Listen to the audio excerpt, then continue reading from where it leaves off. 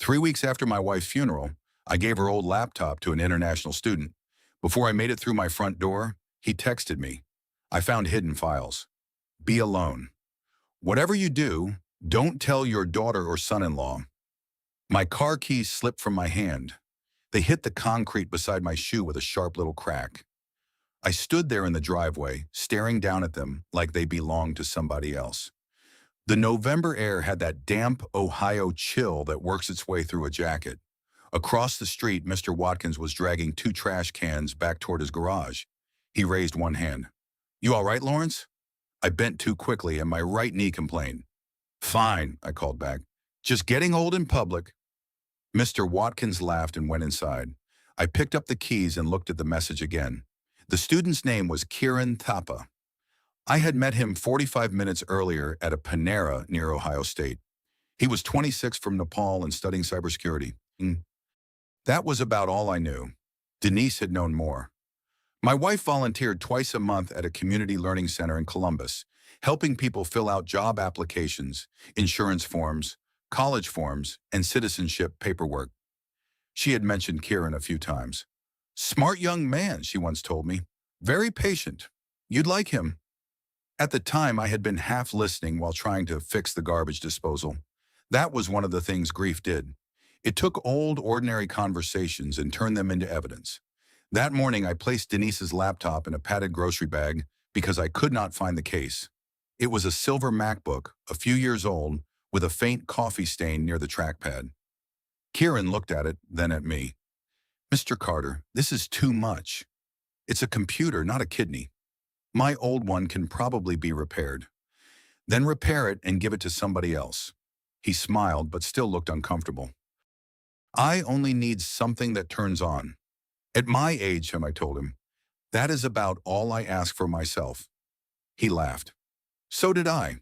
It was the first time I had heard my own laugh since Denise died.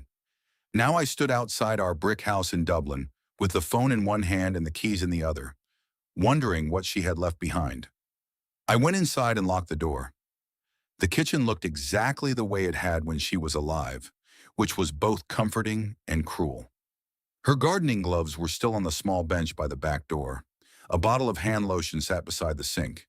2 bananas were in the fruit bowl because I still shopped like there were 2 people in the house.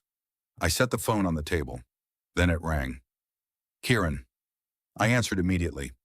"What did you find?" His voice was calm but not casual. "I think I should explain carefully. That usually means I'm not going to enjoy the explanation. When I started preparing the computer, I reset the operating system. After that, a separate storage partition appeared. It was encrypted. I pulled out Denise's chair and sat down. What does that mean in normal English? Someone created a hidden section of the hard drive. It would not appear during regular use.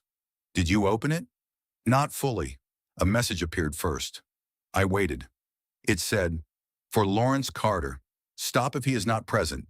The refrigerator hummed behind me. The old clock in the hallway ticked loudly enough to sound rude. What else? There were instructions to make 2 protected copies before opening anything. And another warning. What warning? That you should not contact Tanya or Bryce until you had seen the files and spoken to an attorney.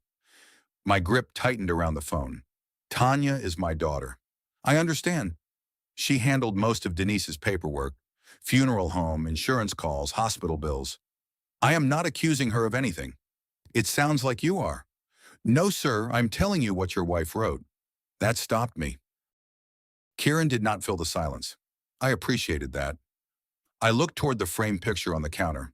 Denise and Tanya at Christmas 2 years earlier, both wearing ridiculous red sweaters. Tanya was leaning into her mother, laughing.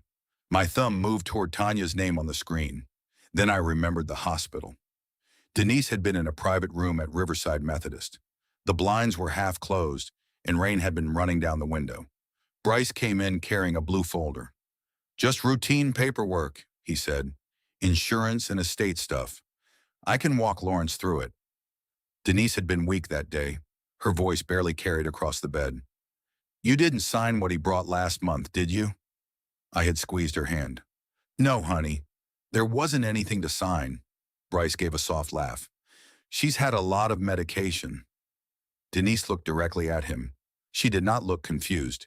He removed the folder from the room 5 minutes later. At the time, I told myself she was frightened. Sick people worried. Dying people said strange things. Standing in my kitchen, I realized Bryce had answered too quickly. "Kiran," I said, "where are you now?" "At Thompson Library." "I'll be there in 30 minutes. You should bring someone you trust." "I thought you said not to tell my family." "Someone else, an attorney perhaps." "I don't have one." "Your wife listed a name in the instructions. Marsha Doyle." I knew the name.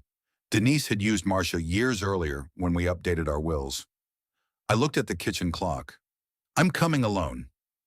The drive back to Columbus took longer than usual. Traffic crawled near the Route 315 exit, and every red light gave me more time to think. Maybe Denise had hidden medical records. Maybe she had been worried about identity theft. Maybe there was a reasonable explanation for all of it.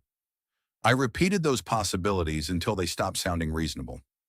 Kiran met me inside the library near a bank of elevators. He wore a gray Ohio State sweatshirt and held a laptop against his chest. "You came fast." "I ignored several laws." "I hope only traffic laws." "That depends on what's in that computer." He led me to a small study room with glass walls. A whiteboard covered one side. Two students argued quietly over a math problem in the hallway.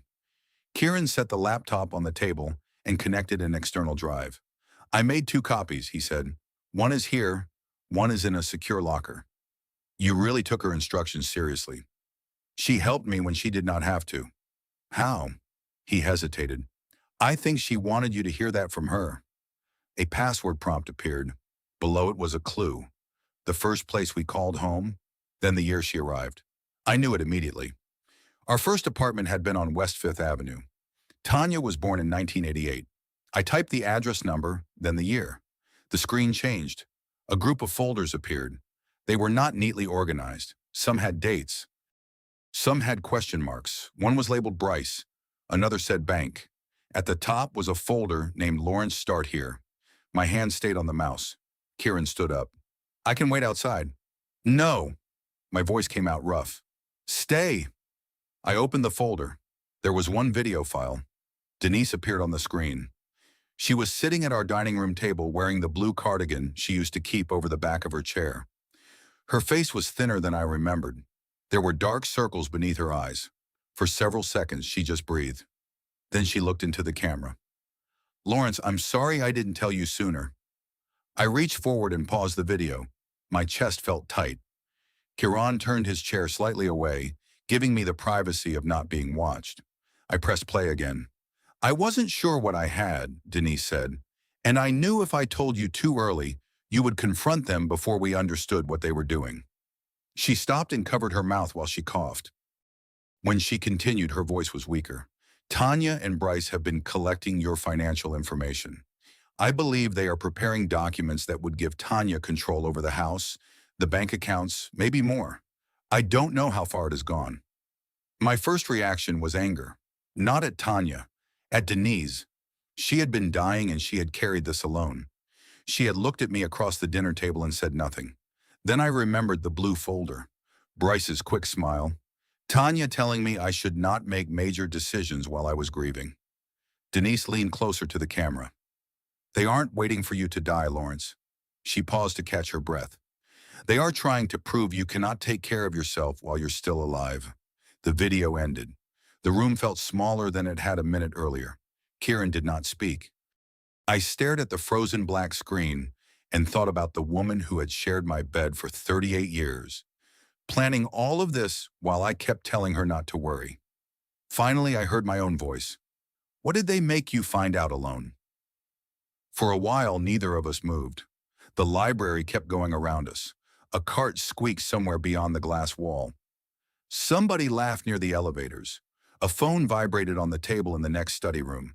Inside ours, it felt like the whole building had gone quiet. Kiran finally turned back toward me. "Do you want to stop?" "No. You do not have to see everything today. If Denise thought I needed to see it, I'm seeing it." That sounded firm. I did not feel firm. I clicked back to the folders. The one marked Bryce Property sat near the top. I opened it. The first image was a copy of my driver's license. Not a photograph taken from far away. A clean, flat image of both sides. I leaned closer. That was from after the funeral. Kiran looked at me. You remember? Tanya asked to photograph it, said the funeral home needed identification for an insurance form. The next file held my social security number, then 3 years of tax returns. I stared at the page showing my pension income, property taxes, and bank interest. Information I would not have handed to a stranger. Information my daughter had been able to access because Denise trusted her. I kept clicking. Each document felt less like a financial record and more like somebody opening drawers inside my house. Then I found the loan application. The amount was printed near the top. $41,000. Borrower, Lawrence Carter. Collateral, the property on Briarwood Lane. My home. I read the address 3 times. Kiran said, Mr. Carter, there's a mistake. He did not argue. I scrolled to the last page. My signature was there. For half a second, relief went through me. There. Maybe I had signed something and forgotten. Kiran brought up a scanned check from another folder and placed the 2 images side by side. The loan signature was smooth, almost elegant. The signature on my check tilted down and tightened near the end, the way it had since arthritis started bothering my right thumb. Kiran pointed without touching the screen. The spacing is different. I looked at my hands. Give me some paper. He slid a yellow legal pad across the table. I took out the pen I kept clipped inside my jacket. Denise had bought it because I was always stealing hers. I signed my name. The L came out too tall. The final letters shook. I tried again, pressing harder. The second one looked worse. Kiran placed the pad beside the screen. The forged version looked like my signature from 15 years earlier. I sat back. They improved my handwriting. It was meant to be a joke. Neither of us laughed. My hand had started trembling, so I placed the pen on the table before I dropped it. Below the loan documents was a presentation file. I opened it. A title appeared across a computer rendering of expensive townhouses. Carter Grove. At first I thought Bryce had used my family name to flatter us. Then Kiran advanced to the site plan. The center of the screen showed a curved entrance road, stone columns, trimmed grass, and a small decorative pond. I knew that shape. I had inspected enough development plans in my career to read one without a legend. My house was gone. The driveway became the entrance road. The kitchen and dining room sat beneath a turning lane. Denise's garden had been replaced by a landscape traffic circle. I leaned toward the screen. No, Kiran looked at me. That's our backyard. I pointed to a row of evenly spaced trees. Right there. Denise planted peonies along that fence. 23 years. Every spring, she complained they were too heavy and then refused to cut them back. The project description called the property an underutilized residential parcel. Underutilized. That house had raised a child, held Thanksgiving dinners, survived a flooded basement, 2 roof replacements, and Denise's last months. Bryce had turned it into empty land on a planning document. Worse, he had put our name on it. The Carter family would appear to be donating its property to the future. What else is there? I asked. Kiran opened an audio folder. Most files were short clips with dates instead of names. One was almost 11 minutes long. He looked at me before playing it. Your wife may have recorded this without the others knowing. Play it. At first I heard dishes and cabinet doors. Then Bryce's voice. He was in our kitchen. This isn't taking the house, he said. It's unlocking equity Lawrence isn't using. Tanya answered, but so quietly I had to lean closer. Dad paid for my college. He paid half the wedding. He covered the hospital bill when we couldn't. Exactly, Bryce said. He has always wanted to help us. That doesn't make the house ours. There was a long scrape, like someone moving a chair. Bryce's tone softened. You're making it sound ugly. We're trying to stabilize the company. Once Ridgeview closes, everything goes back. What if it doesn't close? It will. You said that about the Delaware project. That was different, Tanya sighed. I could picture her at the kitchen table, twisting the ring on her right hand the way she did when nervous. Then she asked the question that changed everything. How long before we can put everything back?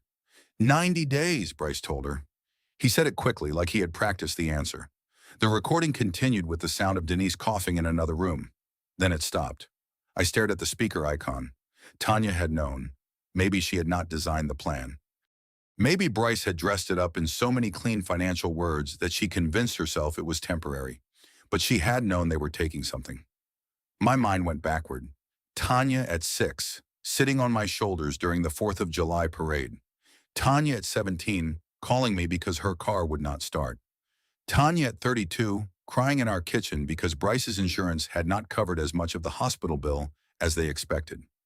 I wrote a check before she finished asking. I thought helping quickly was what fathers did. Maybe all I had taught her was that my answer would always be yes. Kiran paused the audio. You should take a break. I stood instead. The study room was too small. I walked into the hallway and stopped near a window overlooking campus. Students crossed the courtyard below carrying backpacks and coffee cups. Most looked young enough to still call their parents when something went wrong. My phone buzzed. Tanya, I let it ring. A message followed.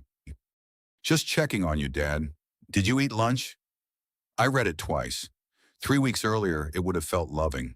Now I wondered whether she was checking on me or checking whether I was still manageable. When I returned to the room, Kiran had opened another document, a draft petition for emergency guardianship. The heading included my full name. The words beneath it described a man I barely recognized. Confused, emotionally unstable, unable to manage finances, vulnerable to outside influence. There were examples. The electric bill I had paid twice, the dental appointment I missed, the time I took the wrong exit driving to a new specialist's office, the night I left the garage door open until morning. Every mistake was real. That was what made it so effective. I sat down slowly. What if they're right? Kiran frowned. About what? I've been forgetting things. Your wife died 3 weeks ago. That doesn't mean my mind is fine. No, he said. But making mistakes does not mean someone else gets your house. I looked again at the petition. One line said I had become suspicious of family members due to grief. It was clever. If I accused them, the accusation itself could be used as proof that I was unstable. Denise had understood that before I did. Another folder contained Marsha Doyle's name and phone number. Below it, Denise had typed, "Call her before confronting anyone. Lawrence will want to confront them. Don't let him." I almost smiled. She knew me. Kiran handed me my phone. I called Marsha. She answered on the 3rd ring. Doyle Law Office. Marsha, this is Lawrence Carter. There was a short pause. Then her voice changed. Lawrence, are you alone? I looked at Kiran. Close enough. Did you find Denise's files? That question hit me almost as hard as the video. You knew. She contacted me several weeks before she died. She had concerns, but not enough verified evidence to take formal action. Why didn't you tell me? Because she was my client, Lawrence, and because she believed you would go straight to Tanya and Bryce. She was right. I know. Marsha asked us to describe what we had found. As I spoke, her questions became shorter and more specific. Did the loan application include a lender? Was there a notary? Were there emails showing Tanya supplied the documents? Had any money been released? When I finished, she said, do not sign anything. Do not accuse them. Do not let them know you have counsel. That sounds a lot like doing nothing. It is not nothing. It is staying in control. Kiran found one more file while I was on the phone, an automated email scheduled by Denise. It was addressed to him. He read it silently, then turned the screen toward me. Denise explained how she met Kiran at the community center. She wrote that he once helped an elderly man recover documents from a damaged phone and refused payment. She trusted him because he knew the difference between helping someone and taking control from them. The final paragraph was about me. Lawrence is a good man. When someone he loves hurts him, he tries to repair the relationship before he protects himself. Please help him do those things in the right order. I read it twice. Then Marsha asked for the name of the bank. Kiran enlarged the application. Chase, I said. Marsha called the fraud department while we stayed on speakerphone. There were transfers, hold music, security questions. Finally, a representative came on and confirmed that an application connected to my property existed. Marsha asked whether it was still pending. The representative hesitated. It has passed preliminary underwriting. My mouth went dry. What does that mean? Marsha answered carefully. It means the loan is not just paperwork sitting in a folder. The representative continued. The application had been approved subject to one final condition, a notarized property authorization. Once that was received, the funds could be released. I looked at the unsigned documents on the screen. They were not planning something for later. They were almost finished. Marsha told me not to go home and start making calls. That was exactly what I wanted to do. I wanted to call Tanya and ask her how many times she had sat across from me while knowing there was a loan against my house. I wanted to drive to Bryce's office, put the forged papers on his desk, and watch him explain them without all his polished real estate language. Instead, Marsha gave me another instruction. Dr. Leonard Price, you've seen him for years, correct? 17. Good, call his office first thing tomorrow. Tell them you need a cognitive assessment and a written statement regarding your capacity. I stared at the loan application. You think they can actually have me declared incompetent? I think they can try, and if they file first, you do not want your first response to be anger. I am angry. I know.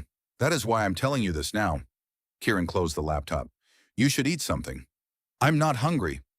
That is not the same as not needing food. It sounded like something Denise would have said, which irritated me enough that I agreed. We walked to a small cafe inside the library. Kiran bought coffee. I bought a turkey sandwich I barely touched. My phone buzzed twice. Both messages were from Tanya. Dad, call me when you get home. Then, Bryce and I want to stop by tomorrow. We found someone who can help with everything. I showed Marsha the messages when she arrived. She was a compact woman with silver-streaked hair and the kind of calm expression that made you feel foolish for speaking too loudly. Don't cancel, she said. You want me to let them come? I want to know what they bring. The next morning, I sat in Dr. Price's office, trying not to feel insulted by a sheet of paper with a clock printed on it. He had been my doctor long enough to remember when I still ran 3 miles before work. Now he watched me write numbers around a circle. Put the hands at 10:11, he said. I did. Then came 5 words to remember. Face, velvet, church, daisy, red. He asked what day it was, who the president was, and where we were. Then he made me count backward by 7s. I got to 72, hesitated, and lost the sequence. My stomach tightened. Dr. Price moved on without reacting. A few minutes later, he asked for the 5 words. Daisy, I said. Church, red, face. I stared at the floor. The other one was velvet, he said. That's not exactly reassuring. Lawrence, you haven't slept properly in weeks. You lost your wife less than a month ago. Grief affects concentration. So does dementia. Yes, and this evaluation does not indicate dementia. He took off his glasses. You are sad, you are exhausted, you are angry. None of that means you are incapable of managing your affairs. I nodded, but the fear stayed with me. That was the worst part. Tanya and Bryce had chosen accusations close enough to my real life that I could not dismiss them completely. I had forgotten appointments. I had paid bills twice. I had stood in my own garage one morning, unable to remember why I had gone out there. For one ugly minute in Dr. Price's office, I wondered whether I was fighting to keep control. I had already started losing. He must have seen something in my face. Lawrence, he said, needing help sometimes is not the same as needing someone else to own your decisions. That sentence followed me home. Tanya arrived at 2 in the afternoon. Bryce came with her, carrying a leather folder. The third person was a woman in her late 50s, wearing a cream-colored coat and a bright professional smile. This is Monica Barnes, Tanya said. She helps families with senior transitions. Monica took both my hands. Lawrence, do you understand why we're here today? She said it slowly and loudly. I pulled one hand free. I understood it the first time. I was waiting to see whether you did. Her smile held, but only barely. We sat around the kitchen table. Bryce put the folder in front of me and tapped it twice. We're just trying to simplify things. Bills, insurance, property maintenance. Tanya can take some of that weight off you. I've been paying bills since before you could grow that beard. He gave a small laugh. That's not the point. What is the point? He opened the packet to the first page. This is a limited authorization. I read the heading. It did look limited. The first page allowed Tanya to speak with utility providers and insurance companies. Then I turned to the next page. The language changed. Real property, investment accounts, borrowing authority, medical decisions. I looked up. Why does helping with the gas bill involve selling my house? Bryce stopped, tapping his finger. It doesn't. Then cross it out. That's standard language. Monica leaned toward me. Lawrence, sometimes too many details can feel overwhelming. I looked at her. Not as overwhelming as signing away my house. Tanya stared at the table. Bryce moved quickly to another folder and slid a glossy brochure in front of me. It showed smiling gray-haired couples playing cards in a bright room. We found a place near Westerville, he said.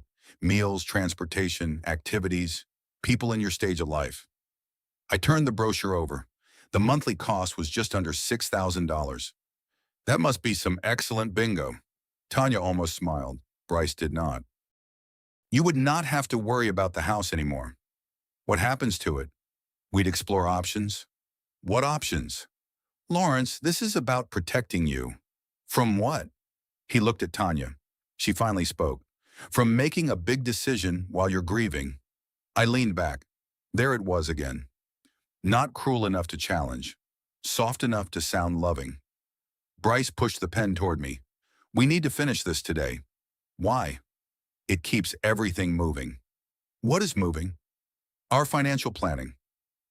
Whose finances? His jaw tightened. I let the silence sit. That was something I learned as a building inspector. Contractors hated silence. If you stopped talking, they usually fill the space with something useful. Bryce looked at his watch. The timing matters. Tanya rubbed her thumb across the edge of her wedding ring. The bank needs it by Friday, Dad. Bryce turned toward her. Tanya. I looked directly at her. Which bank? She hesitated.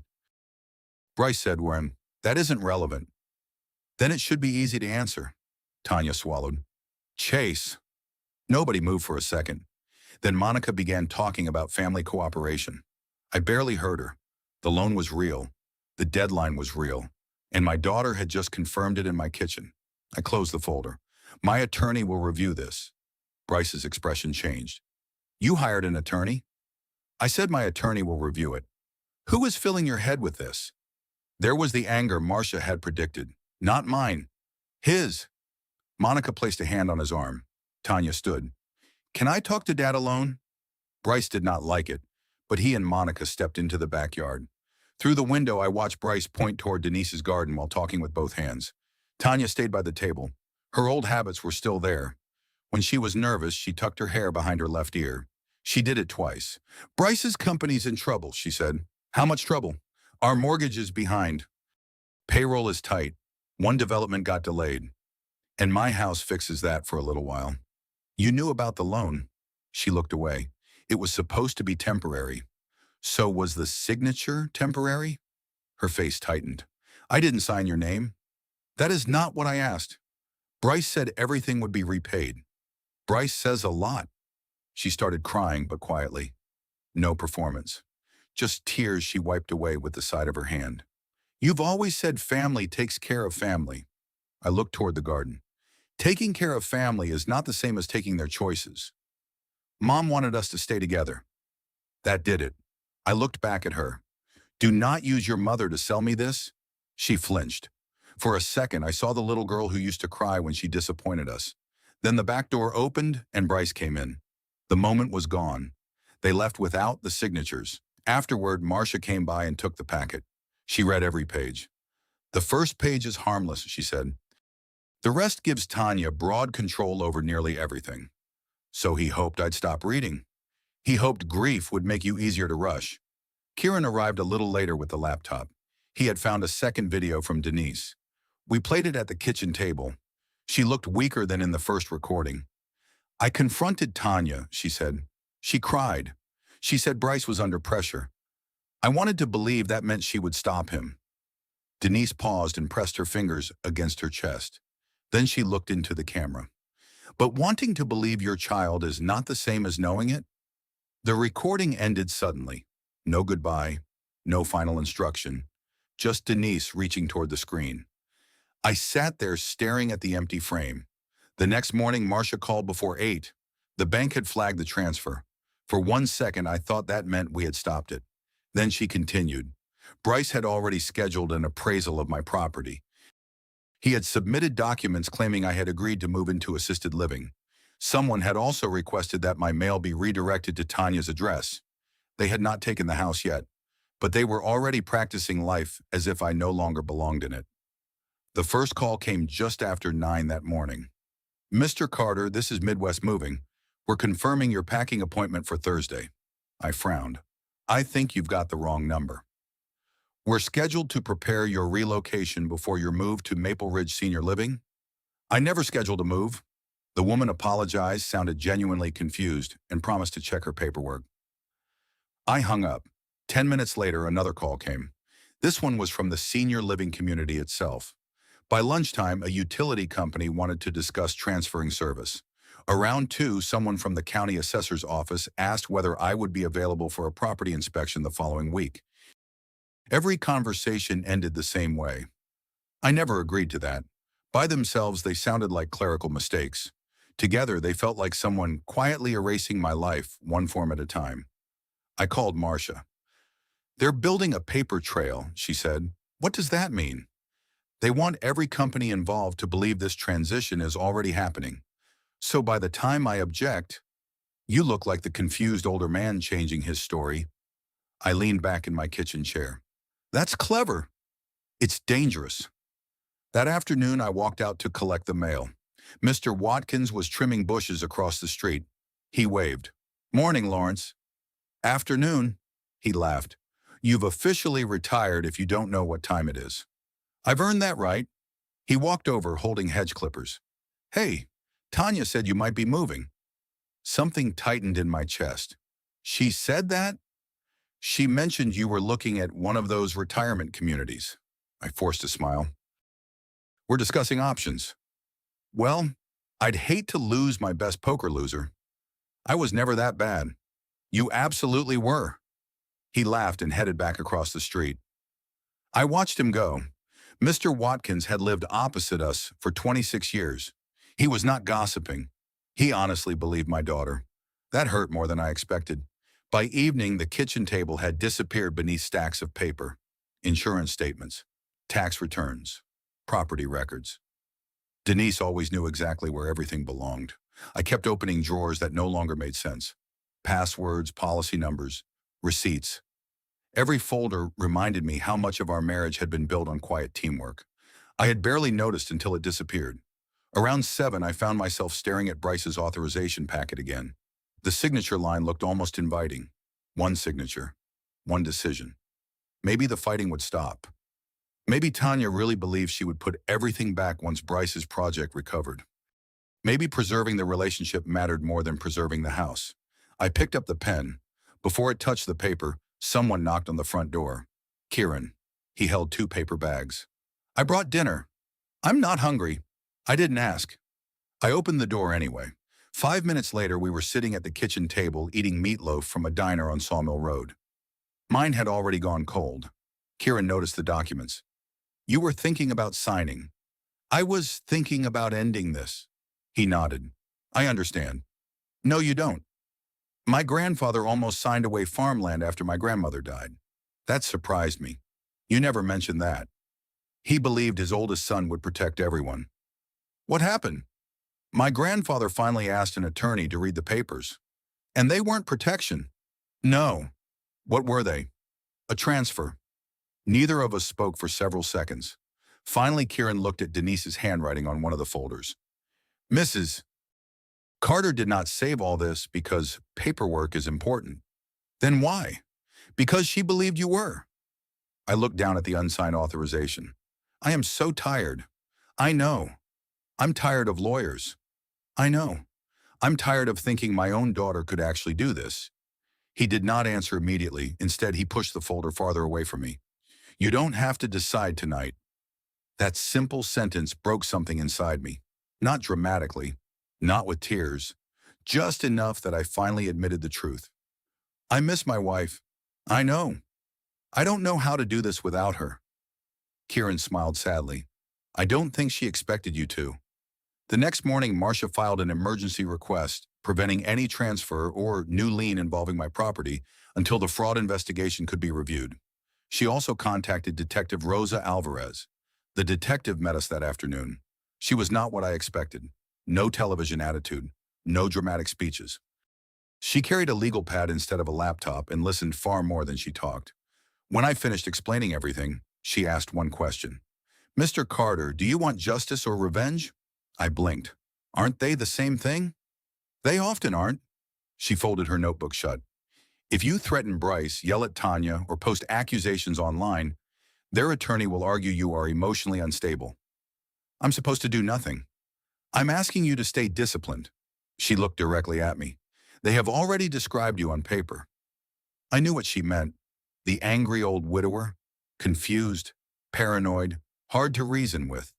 If I became that man in public, even for one afternoon, Bryce would use it. "I can stay calm," I said. "You'll need to." That evening, Tanya called. Her voice sounded almost cheerful. "Dad." "Hi." "I've been thinking." "So have I."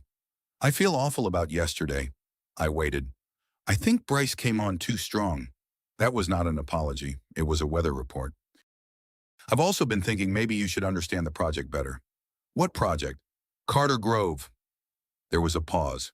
"Bryce wants to walk you through everything personally." I almost said no. Then I remembered Detective Alvarez. "Stay disciplined." "I'll come." Tanya sounded relieved. "Great. Tomorrow morning." "Fine." When I hung up, Marsha nodded. "Good. You wanted me to accept." I wanted Bryce to keep talking. Whitmore Urban Partners occupied the third floor of a modern office building near downtown Columbus. From the lobby, it looked successful. Glass walls, large logo, fresh coffee, the sort of place that impressed investors. But I had spent 40 years inspecting buildings. You notice details after that long. Half the cubicles were empty. One printer displayed a bright orange maintenance warning. A young employee carried a cardboard box toward the elevator. Another quietly removed framed certificates from a conference room wall. The business looked polished. The people looked nervous. Bryce greeted me with both hands. "Lawrence, I'm glad you came." He led me into the conference room. A large rendering of Carter Grove covered one wall. He smiled proudly. "This is going to transform the neighborhood." I studied it silently. Then I found my house, or rather the empty space where it used to be. The entrance road curved directly across my property. The backyard where Denise planted flowers every spring had become decorative landscaping. Bryce stood beside the rendering. "We even named it Carter Grove." I looked at him. "Why?" "To honor your family's legacy. My wife spent 23 years building that garden, and now hundreds of families will enjoy." "Did Denise approve this?" His answer came too quickly. "Absolutely." I stared at him. Denise had spent her final spring sitting on a folding chair because chemotherapy made it impossible to kneel. She still insisted on deadheading every flower herself. She once told me, "When I'm gone, promise me you'll let them bloom one more season." She never would have approved bulldozers. Bryce kept talking. Something about community, something about long-term value. I barely heard him. He had just lied about my wife. Not about money, about her. The meeting ended 20 minutes later. As I walked toward my truck, I realized something had changed. Until that morning, part of me still hoped Bryce had manipulated Tanya into one terrible mistake. Now I understood something else. Bryce did not just want my property. He wanted to rewrite my family story, and he was willing to use Denise's memory to sell it. I was not angry anymore. I was finished doubting myself. 2 mornings later, I stepped outside wearing pajama pants, slippers, and Denise's old fleece jacket to grab the newspaper before coffee. The cold hit me immediately. I picked up the paper, turned around, and entered my code. The smart lock beeped. Red light. Access denied. I tried again. Red. I walked to the garage. Same result. My phone, wallet, and keys were inside.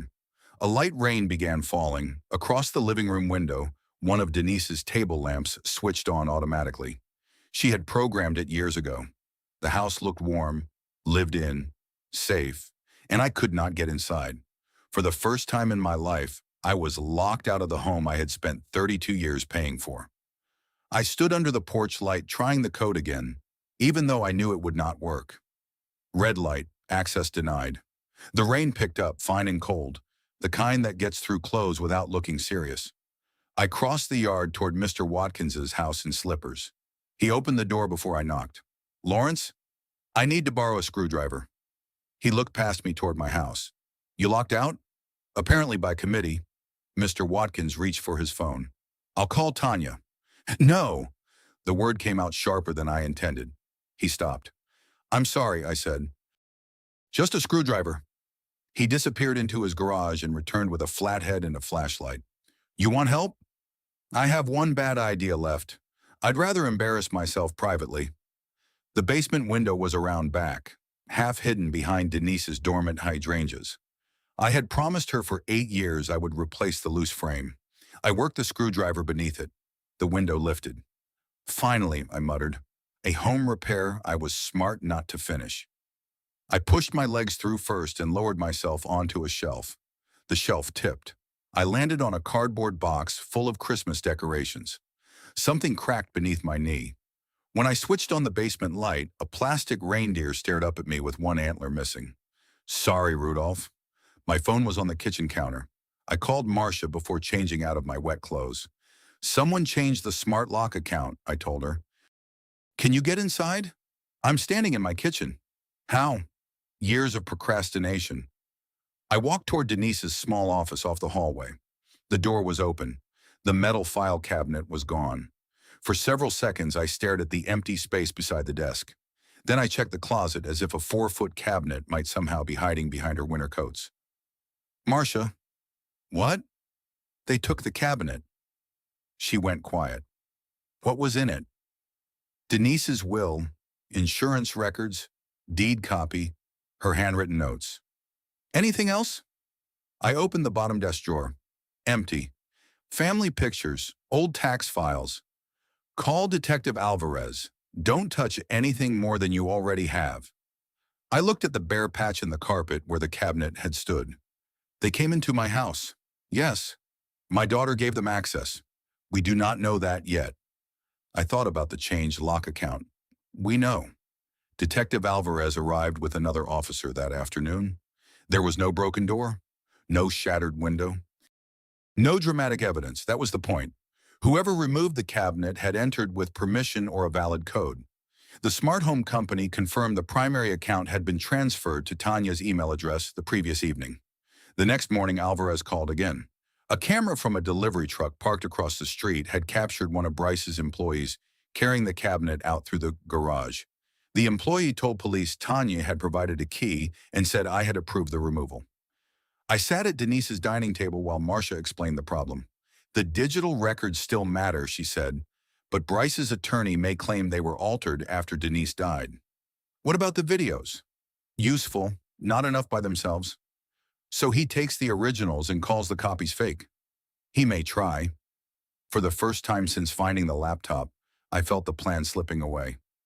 Denise had found the truth, but truth and proof were not the same thing. Then Marsha remembered something. 2 weeks before Denise died, an envelope had arrived at her office marked personal. Marsha had placed it in a locked estate file because Denise told her not to open it unless I contacted her. Inside were copies of the loan application, several handwritten pages, and a signed statement. The copies were incomplete. 2 pages were missing. Denise's notes jumped between dates, but the envelope had been postmarked before her death. That mattered. Denise had not built a perfect case. She had left enough for us to keep going. Over the next week, the bank froze everything connected to my property. Detective Alvarez found irregular authorization forms connected to 2 older landowners involved in one of Bryce's other developments. This was no longer only about one desperate son-in-law. It was a pattern. Meanwhile, Bryce kept promoting Carter Grove. He scheduled an investor presentation at a downtown Columbus hotel and told city officials the Carter family had voluntarily contributed the property. Marsha wanted to handle the matter quietly. I agreed with her about the criminal case, but Bryce had used my name in public. He had told lenders, neighbors, and investors that I supported his project. If I stayed silent, he would tell them I had changed my mind because grief made me unstable. "I'm going to the presentation," I told her. "Lawrence, this cannot become an ambush. I'm not bringing a marching band. You need to stay calm." I've been locked out of my own house in slippers. Calm is becoming a specialty. The morning of the event, I put on the navy suit I had worn to Denise's funeral. Before leaving, I walked into the backyard. The garden looked dead for winter, but Denise's wooden plant markers were still pressed into the soil. Peony, iris, lavender, her handwriting. I touched one of the markers. I'm not doing this because of bricks, I said quietly. I'm doing it because they decided our life belonged to whoever filled out the forms first. The hotel conference room was already half full when I arrived. Investors in dark suits stood near coffee urns. City staff sat along one wall. A large screen displayed the Carter Grove logo. Tanya saw me first. Her face drained of color. Bryce came over smiling, but his eyes did not match it. Lawrence, this isn't the right place. You put my name on the sign. He lowered his voice. You're embarrassing, Tanya. She'll recover. He reached for my elbow. I stepped back. Don't. People had begun watching. Bryce removed his hand. The presentation started 10 minutes later. He spoke smoothly at first. He called Carter Grove a family-supported development. He described my property as a gracious contribution from longtime Dublin residents. Then the rendering appeared. My house was gone again. The entrance road curved over Denise's kitchen and through her garden. Bryce smiled at the audience. The Carter family understands the importance of building for the next generation. I raised my hand. Bryce's smile froze. Yes, Lawrence. Which Carter agreed to that? The room went still. He gave a soft laugh. Lawrence has had a difficult few months. The family is working through a transition. There it was, the confused widower. I stayed seated. You've told everyone I can't understand my own affairs, I said. So explain it slowly. When did I give you my house? Bryce looked toward Tanya. Then Marsha stood. She introduced herself and began passing out a one-page timeline. Forged signature, disputed loan, unauthorized appraisal, mail forwarding request, smart lock transfer, removal of Denise's records, draft guardianship petition. Bryce's voice changed. This is private family material. I looked at the screen behind him. You put my family name on every slide. Now you don't want family involved. A few people shifted in their chairs. Marsha asked the hotel technician to play Denise's video. Denise appeared on the screen wearing her blue cardigan. She stated her full name and the date. Then she said she and I had never agreed to transfer our home. She explained that Bryce had asked her to persuade me to sign papers connected to Carter Grove. Near the end, her voice weakened. Tanya, she said, looking into the camera, being afraid of losing your marriage does not give you the right to take your father's choices away. Tell the truth before someone else tells it for you. The video stopped. Tanya covered her mouth. Bryce leaned toward her. Don't say anything. She looked at him, then at me. We were going to put it back, she said. Bryce turned sharply. Tanya, you said Dad would never know. The room changed, not loudly, all at once. Pens stopped moving. An older investor near the front leaned back in his chair. Bryce began talking too fast. He said Tanya had misunderstood routine financing. Tanya shook her head. She admitted giving him my tax returns, my license, the smart home account, and the key used to remove the cabinet. I thought it was temporary, she said. Temporary theft still begins with taking something that isn't yours. Bryce tried to regain control. He clicked back to his projections. Marsha held up an internal planning document obtained during the bank review. At the top were the words, Carter Property, secure control before owner retains counsel. One investor asked for it to be displayed. The hotel technician put it on the screen. Bryce called it a draft, then a mistake, then the work of a former employee. An older man near the aisle said, that language seems remarkably clear. The bank representative announced that all financing tied to my property had been suspended. Two investors stood and left. A city planning official said the development application would be reviewed for material misrepresentation. Detective Alvarez stepped forward and handed Bryce an order, requiring him to surrender company records and appear for questioning. No handcuffs, no shouting, just paper. The same thing Bryce had used against me. He looked at me. Lawrence, we can still fix this. You had months to speak to me. He glanced around the room. Not here. You chose forms, signatures, and people who would talk over me. You can speak through your attorney now." After the room emptied, Tanya approached. Her mascara had run beneath one eye. "Dad, will you ever forgive me?" I looked at her for a long time. "I don't know." She started crying again. "But before you ask me that," I said, "decide whether you're sorry for what you did or only sorry it failed." I left her standing beside the Carter Grove sign. In the parking garage, I sat alone in my truck. My hands were steady. That surprised me. Kiran called from somewhere nearby. "Did it work?" I looked at the empty passenger seat. "It's over," I said. Then I closed my eyes. But it doesn't feel like winning. The first letter from the bank arrived 3 weeks later. I carried it inside without opening it. For months, every envelope had meant another problem, another explanation, another reminder that my own name had nearly been used against me. This one was different. The fraudulent loan had been officially canceled. The temporary lien against my property had been removed. I stood in the kitchen for a long time before setting the letter beside Denise's coffee mug. She had always insisted on reading the mail first. "Good news belongs with breakfast," she would say. I smiled despite myself. "You're late this morning." The legal process took another 6 months. It was not dramatic, it was slow. Depositions, document reviews, bank investigators, insurance interviews. Every few weeks, Marsha called with another update. "One more piece is finished. One more statement has been verified. One more witness has confirmed the timeline." Real justice, I learned, rarely arrives in one spectacular afternoon. It shows up in stacks of paperwork. Bryce's company entered bankruptcy before spring. Detective Alvarez later explained that Carter Grove had never been as financially healthy as Bryce claimed. He had been borrowing against future projects to keep older ones alive. When those projects stalled, he became desperate. My house was not his first choice. It was simply the easiest. He eventually accepted a plea agreement involving financial fraud and elder exploitation. There were restitution payments, prison time, and restrictions that effectively ended his real estate career. When I heard the sentence, I did not celebrate. I folded the newspaper and made another cup of coffee. Denise would have understood that. She never believed ruined lives repaired damaged ones. Tanya's case ended differently. She cooperated with investigators. She admitted providing my tax returns, my driver's license, access to the smart home account, and the garage key used to remove Denise's file cabinet.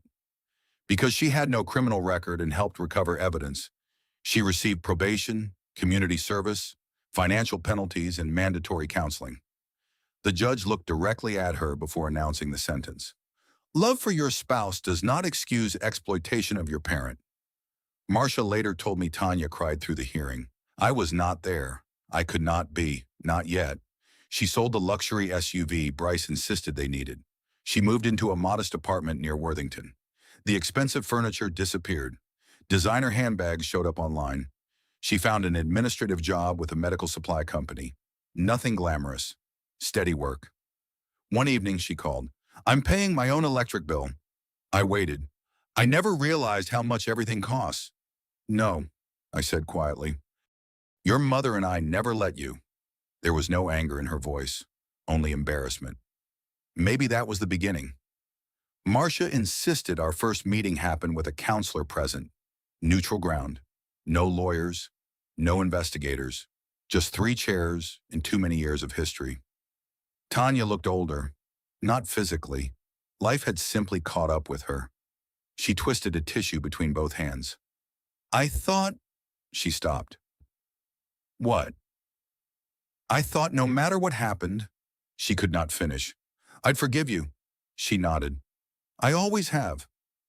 That part was true. When she wrecked my truck at 17, when she dropped out of nursing school after 1 semester, when Bryce's first business failed, when they could not make the mortgage. Every time something collapsed, I stepped in before she hit the ground. Sometimes love quietly teaches the wrong lesson. I looked at my daughter for a long time. "I still love you, Tanya." Fresh tears filled her eyes. "But love does not give anyone access to my house, my money, or my decisions." She stared down at the floor. "You will have to earn my trust back one piece at a time." "How long?" I thought about Denise, the hospital room, the hidden files, the empty space where her file cabinet had once stood. Longer than signing a form, she nodded. For once, she accepted an answer without arguing. Over the next several months, our relationship remained awkward. Some Sundays we met for lunch. Other weeks we did not speak. Occasionally, she called just to ask how my knees were doing. Sometimes I answered. Sometimes I let it go to voicemail. Healing was not a straight road. Neither of us pretended otherwise. One decision surprised almost everyone. I updated my estate plan. Tanya was not removed completely. She was still my daughter, but any inheritance would now pass through a professionally managed trust. Marsha became my designated legal advocate if I ever lost capacity. No single family member could control my finances, property, or medical decisions without independent oversight. I also organized every password, every insurance policy, every account, every instruction. One afternoon I laughed while labeling folders. Denise had spent 30 years trying to convince me to organize paperwork. She finally succeeded after she was gone. I heard that, I said toward the empty kitchen. I stayed in the house for another year, not because I could not leave, because I refused to let fear make the decision. The stairs eventually became harder on my knees. The yard demanded more work than I wanted to give it. One spring afternoon, I walked through every room. Tanya's childhood bedroom. The hallway where we had marked her height with pencil every birthday. The kitchen where Denise danced while making pancakes. Our bedroom, where I held Denise's hand during the last week of her life. Outside, the peonies had returned. They always did. The buyers were a young couple expecting their second child. During the final walkthrough, the wife pointed toward the backyard. I love these flowers. They belong to my wife. We'll take care of them. Maybe they would. Maybe they would not. That promise belonged to them now. The choice belonged to me. I moved into a smaller condominium near Scioto Park. No stairs, one floor, a secure garage, enough room for the dining table, Denise's favorite chair, and several plants from the old garden. It felt smaller. It also felt peaceful. The scholarship was Kiran's idea. No, he corrected me. Mrs. Carter started it. We used part of the proceeds from selling the house to establish the Denise Carter Memorial Scholarship for international students studying technology, cybersecurity, or financial protection. Nothing enormous, just enough to help someone stay in school when life became complicated. The first award went to a graduate student from Nepal. Kiran happened to know him. A week after graduation, I handed Kiran a new laptop. He looked at the unopened box suspiciously. There aren't hidden files on this one, are there? I laughed. Only the receipt. That afternoon, he video called his parents. He asked me to sit beside him. His mother smiled warmly through the screen. His father thanked me for helping their son. I shook my head. Denise started all of this. His mother pressed her hands together. Then thank you for continuing it. For the first time since losing my wife, that did not feel impossible. On the first anniversary of Denise's death, I opened the hidden folder one last time. I watched her first video from beginning to end. This time, I paid less attention to the warning. Instead, I noticed how tired she looked, how carefully she chose every sentence because breathing had become difficult. There was one final recording I had never opened. It was not about Bryce or Tanya or the house. It lasted less than a minute. Lawrence, she said softly, being kind doesn't require you to be defenseless. She smiled. Protect yourself first. A small cough interrupted her. Then decide what kind of man you still want to be. The screen faded to black. I closed the laptop. The investigation files stayed with Marsha. The evidence no longer belonged in my living room. The anger no longer belonged there either. People sometimes ask whether I got revenge. I usually tell them no. Revenge suggests I wanted someone else to lose. What I wanted was simpler. I wanted to keep my own voice, my own home, my own choices. Growing older does not mean surrendering your judgment. Loving your family should never require giving away your dignity. If you have ever had to choose between keeping the peace and protecting yourself, I hope you know you are not alone. Thank you for spending this time with me.